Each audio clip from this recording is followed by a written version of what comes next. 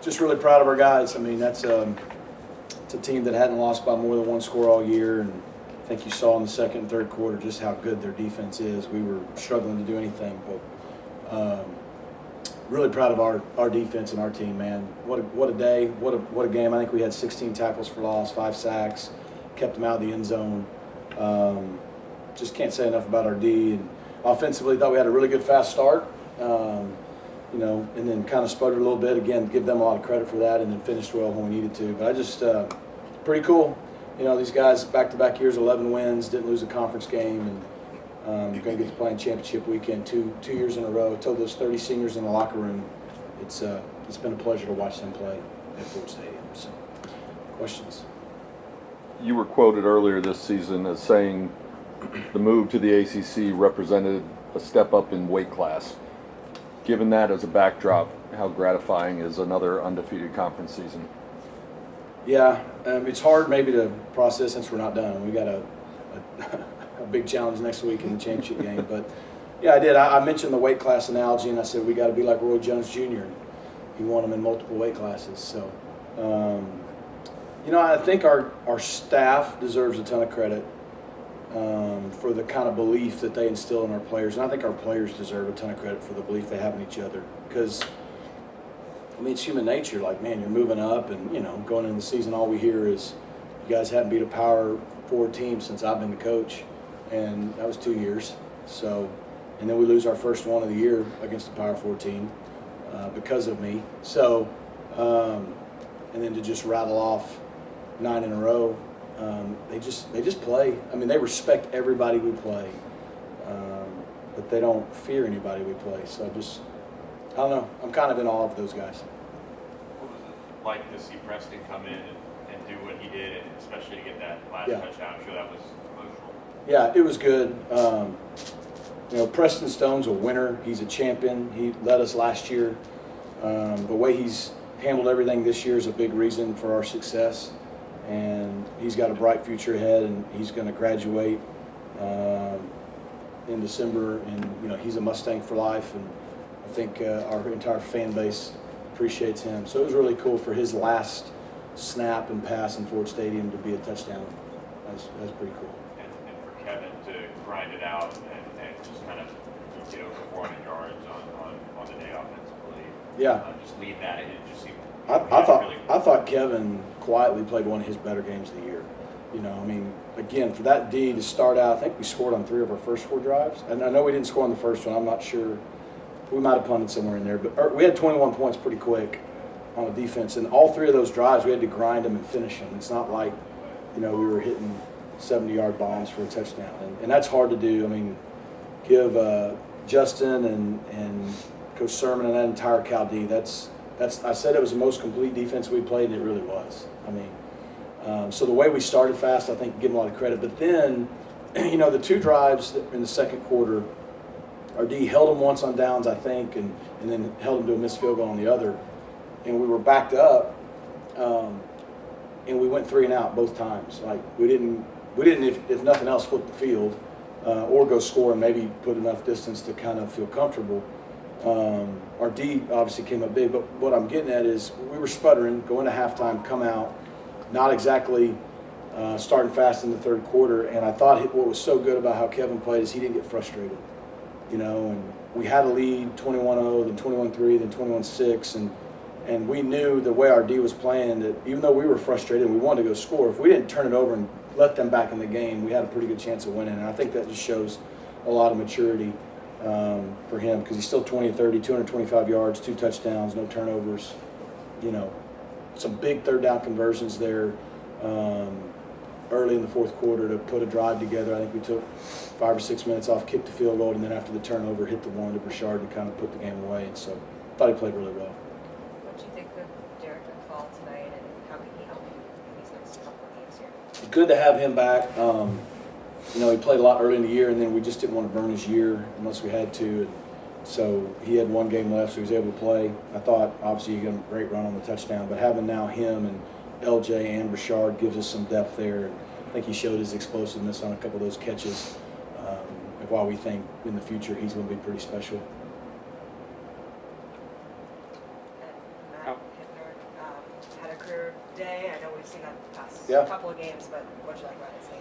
I'm telling you, Matt's a dang good football player. I mean, he's as good a tight end as there is in this league, and there's some good tight ends. And you know, he's just been big every game. That big touchdown that him and Kevin had, I don't know if that was our first or second. It was our second. I can't remember. It might have been the scramble, the back shoulder, made some other big plays. But again, Matt does so much when we're not throwing it to him that people won't see. I mean, him and Stone Eby both are kind of the glue that keep our offense together. So, not surprised by Matt at all. Proud of him to be getting those opportunities and to showing what he can do. Chris, How how quick big did is you it? know who you were going to play next week? Did you know quick? My son Thomas told me as I was walking in the locker room after the game, came up and told me that I guess Syracuse won. Someone had told me in the headset late it was 42-35 and 42-38, and then we won the game. And so he told me as we were going in, and I was like, okay. I mean, if you're going to play Clemson, you're going to play Miami. Either one, you play a really good football team. So, you know, we know we got our hands full. How much do you get to enjoy this moment? Until I wake up in the morning, and then we got to get ready for Clemson. I mean, you know, Coach Sweeney's kind of Clemson's become the gold standard of our league over the last decade and a half. I really respect how he runs his program. You know, I grew up wanting to be like Bobby Bowden and Mark Richt. I really appreciated how they ran their program at Florida State, just the way that they won big, but the way they did it. I think Dabo's kind of that coach of the last decade or two in this era. So I have a lot of respect for how they do things, and they win, and they're really good. So excited to get the opportunity to share the field with them. Coach, I'm going like with this being senior night or whatnot.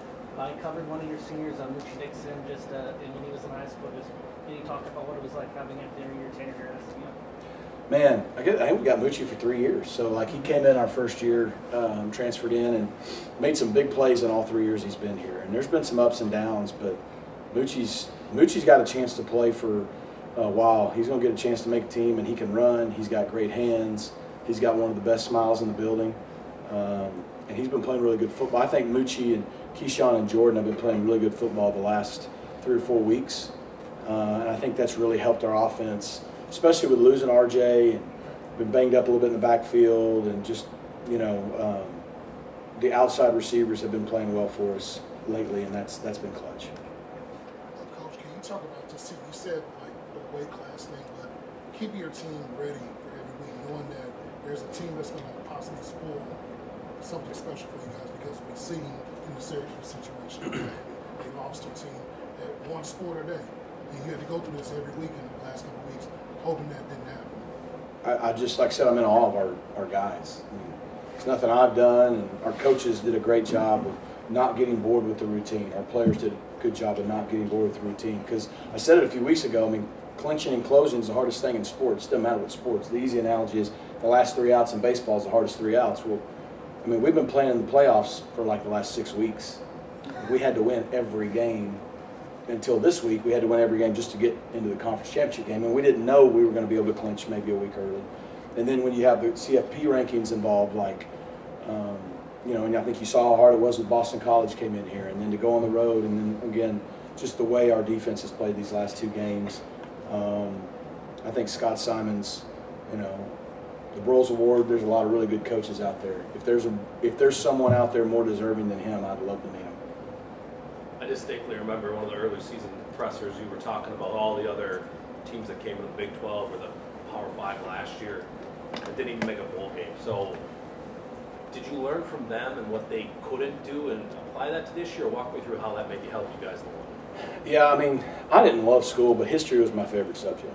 So, like, I like knowing what's happened and what's been done, you know, and then to try to prepare our guys for something new that none of us had experienced here. I tried to look at the schools, not only last year in the Big 12, but like over the last decade or two that have made the jump. It hadn't been a lot and done it well. And I talked to some of those coaches and tried to find out what they did to try to. And so in doing that and trying to get some info on like, hey, that's where like, hey, we need linemen, those kind of things, to see if we could hold up for 10 straight weeks. And now we're going to play 11 straight weeks of power conference play, or 11 straight games.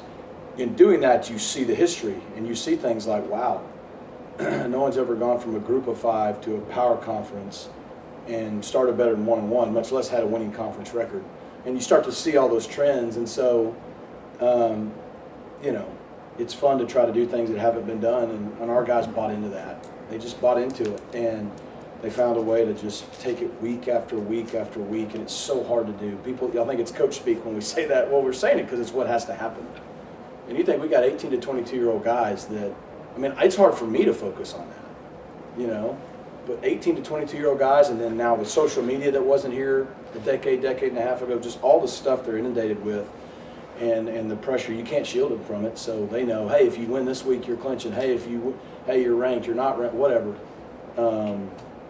Just special. And like I said, told the guys they've done something that, for the most part, hasn't been done this way.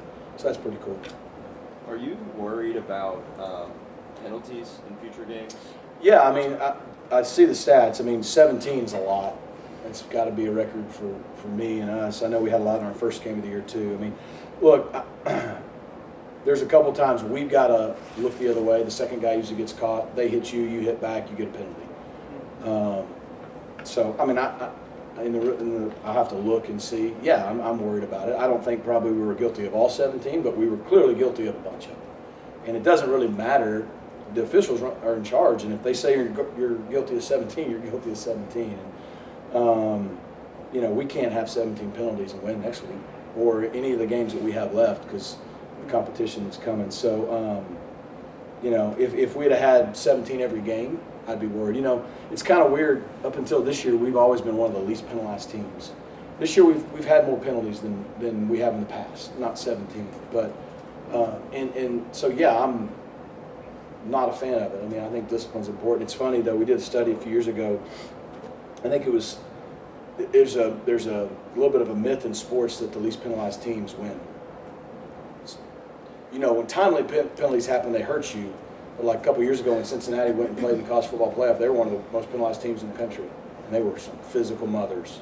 You know what I mean? And so you have to find that balance. And this year, we don't love indiscipline penalties, which is pre-snap, post-snap, the unsportsmanlike conduct, pushing a guy or hitting a guy. Like that stuff can't happen because pre- and post-snap, you can control that. So, yeah, I'm worried about that. At the same time, to move into a league that we've never been in and to compete, we had to play with an edge. And that's a fine line. So, yeah, we got to clean that up, but not happy about that part. You talked about the accomplishments of this team and what they've meant to you. And every week when you win a game, the social media folks attached to your program put out a little video of you and your team celebrating in the locker room. Do you think this has really resonated with your players, what they've done this year and over the last 2 years to go back-to-back undefeated regular season conference? Probably not, because of the way they just show up each week and play. Like even, I think I went up to junior Roderick Daniels on the sidelines late in the game and told him it was a pleasure watching him play on this field. He said, Coach, we're not done yet. So, yeah, I don't know. They play like it hadn't really sunk in. I mean, because we're still in it. You know what I mean? We're still in it. We got a big game coming up this week, and then, you know, hopefully we're playing for more down the road after that as well. So. The guys that have been here for 5 years, Justin Osborne, Brandon Crosby, Carter Campbell, there's probably a couple more that I'm forgetting, but just those guys that have stuck through so much, COVID and all that. What is the game like this, you know, the final send-off going as well as it did? I mean, for you to see that, I know you weren't It's one of the reasons I was getting emotional on the sidelines. I was emotional in the locker room. I think I'm good enough that I'll get through it this time, even though I started to crack a minute ago. Like, okay, here's the best example, because you're right. You named a bunch of guys. Roderick Daniels is another one. A lot of guys that came here out of high school. Isaiah Wakobe is not as old as him, but he's been here from the beginning. You know, transfers we talk about a lot, and that's big, but we have a lot of guys who've been here from the jump. Both of our quarterbacks came out of high school, you know. But the best story I can give you to show you what this team is about is after I recruited Ben Sparks in 2019. I think he was my last year here. We were recruiting that class, I believe. It was him and Marcus Bryant, Branson Hickman, what all those guys. And my time may be off. I may have coached them here. I don't think I think we recruited the group. So I remember going to Oklahoma and recruiting Ben Sparks, and he was a part of an O-line class we thought was really good here. And then I left, come back. Well, That was 2019. This is 2024. And post warm-ups, you know, Logan Parr's been struggling with a growing issue. It's been bothering him. And we thought he was going to be able to go, but we didn't know how long. And anyways, post warm-ups, Garen comes up to him and goes, "Hey, Logan, I don't think he can go. I'm going to go with Sparks." And we start Ben Sparks, and he plays his butt off. And we don't miss a beat. You know what I mean? And so I think that's as good of a story for those kind of guys as there is, and it's special moments for them, you know, in his last game out here. He's a selfless guy that has played a lot throughout the year, and he's kind of that sixth man. It's kind of like in basketball, you got a big-time sixth man. Well, he's like the sixth man of the O-line. Him and Andrew Chambly. I think Andrew Chambly played most second half because Savion's banged up. And, you know, that's what we knew was going to have to take place, and those guys just were stars in their role, and so I'm really proud of them. You mentioned being in the playoffs, being like you're in the playoffs for the last 6 weeks. This was maybe the first time the guys could have taken a breath or relaxed. How nice is it to, again, see that drive and that know this, you're already in the championship game, but it didn't make this game mean any less? I think it shows their maturity. They wanted to finish. We talked about attacking the finish this week. You know, finish is a big part. I think we're now 11-1 in November these 3 years. And it was really cool to just, we wanted to finish well. We wanted to go 8-0. We wanted to win the regular season outright and not share it. And we were playing for a lot because the college football playoff still comes out with rankings for 2 more weeks. And, you know, we didn't need to stumble and have a setback. So, but it does show their maturity for them to, it's human nature last week to relax. And they just have not flinched week after week. SMU fans broke the single-season attendance record at Ford Stadium this year. As you guys likely played your final game at Ford Stadium this year, what can you say about the fans and how they've helped you accomplish what this team has?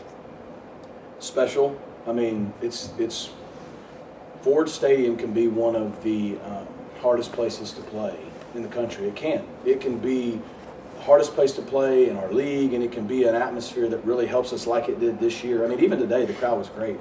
We've never had good crowds on Thanksgiving weekend. I mean, the whole city's gone, all the students are gone, and we still had a great crowd today. And you could hear them and you could feel them. And before you think I'm crazy, just because our stadium seats like, I don't know, 35,000 or whatever, I mean, Cameron Indoor is pretty rowdy. And it's like, what, under 10,000? You know what I mean? It's not about size and numbers. It's about packing it and being loud and passionate and rowdy. I think we saw the start of what it can be here this year. And so, look, we're still the new kids. This is just year one, and we're not done with this year, but it's not like anything happens this year carries over to next year. We're going to have to create a tradition, a culture, an expectation of this is SMU football. This is what Ford Stadium is supposed to be like year after year after year, and I think we're off to a great start. Imagine 2 more weeks of rankings.